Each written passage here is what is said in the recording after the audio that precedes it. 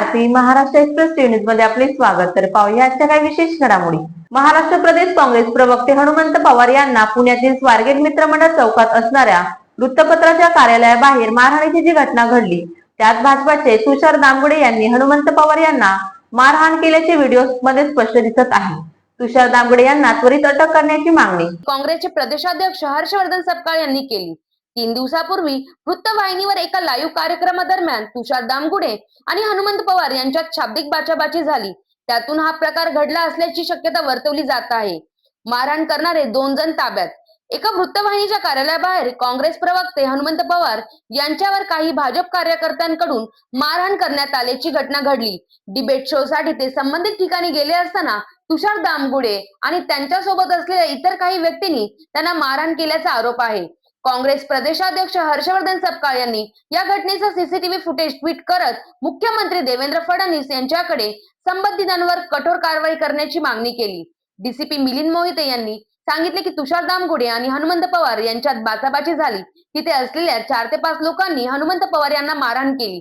या संदर्भात स्वारगेट पोलीस ठाण्यात गुन्हा दाखल झाला आहे। पोलिसांनी आरोपीला ताब्यात घेतले आहे। मारहाण करणारे तुषार दामगुडेंचे सगळे मित्र आहे। दोन्ही आरोपींना ताब्यात घेतल्याचे मोहिते यांनी सांगितले।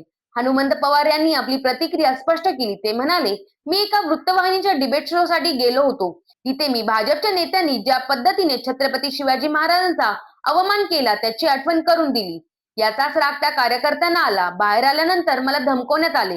हर्षवर्धन सपकाळ यांच्याबद्दल बोललो तर त्यांना तुला राग का येतो असे म्हणत कमरेला बघ पिस्तूल आहे असे त्यांनी मला धमकावले, पण मी त्यांच्या धमक्यांना भीक घातली नाही आणि अशा पिस्तुलीला मी घाबरत नाही असे बोलल्यावर त्यांनी थेट माझ्यावर हल्ला केला।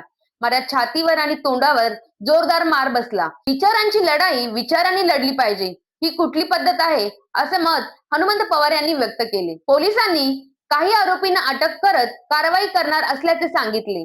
त्यामुळे या प्रकरणी पुढे नक्की काय होते हे पाहणे महत्त्वाचे ठरणार आहे। झाल्यानंतर बाहेर उभा होते, मला शिवीगाळ करत बोलावून घेतलं। हर्षवर्धन सपकाळला बोलल्यास तुला का राग येतो, भाजपाच्या विरोधात बोलताना जपून राहा आणि मग खाली बघ माझ्या दिसतंय का उजव्या बाजूला काय। मी बघितलं खाली तर त्याच्या उजव्या कमरेला पिस्तूल होतं।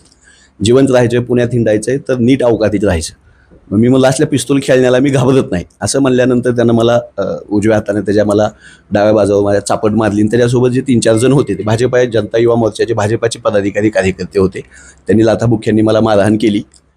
पत्रकार प्रतिनिधी आमचे मित्र निखिल करंदीकर यांनी मला त्यांच्या तावडीतून सोडवलं। नंतर त्या दैनिकाच्या ऑफिसने अन्य काही लोक हे त्या चर्चेसाठी पुढारीच्या कार्यालयामध्ये गेलेले होते।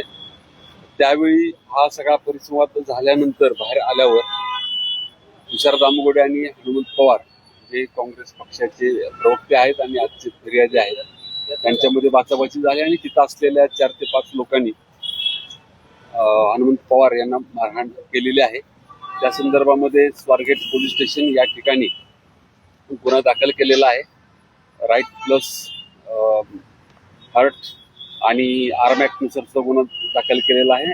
पोलिसांनी आरोपीला ताब्यात घेतलेला जी पिस्टल समजतंय आरोपीला ताब्यात घेतल्यानंतर याबाबतचा उलगडा होईल आणि गुन्हा दाखल झाल्यानंतर आर्म ऍक्ट लागल्यानंतर जी सर्व कायदेशीर प्रक्रिया ती पूर्ण केली आहे। तो तुषार दामगुडेचे सगळे मित्र आहेत ते त्या ठिकाणी बाहेर थांबलेले होते आणि त्यांचे काय नाव आहे? ऋषिकेश परदेशी आहेत, त्यानंतर गौड म्हणून आहेत, नंतर गालफाडे म्हणून आहेत। त्यांची नाव फिर्यादीमध्ये घेतली। काय पार्श्वभूमी काय बॅकग्राऊंड आहे ते तपास झाले। आता जस्ट गुन्हा दाखल झालेला आहे। बॅकग्राऊंड ताब्यात घेतलं 2 आरोपी ताब्यात आहेत। त्यामध्ये भाजप आता तपासात निष्पन्न होईल कोण कुठल्या पक्षाच्या संदर्भात। पिस्तूल परवानाधारक असेल तसं परमिशन आहे का? स्वसंरक्षणासाठी बाळगता येईल, परंतु त्याचा गैरवापर करता येणार नाही। दिखावा करणं आहे का? कमरेला लावून त्यानुसार केलेला गुन्हा दाखल होईल। तर या होत्या शहरातील महत्त्वाच्या ठळक घडामोडी। अशाच काही नवनवीन घडामोडी पाहण्यासाठी आमच्या चॅनलला लाईक करा, शेअर करा, सबस्क्राईब करा आणि बेल आयकॉन दाबायला विसरू नका। धन्यवाद।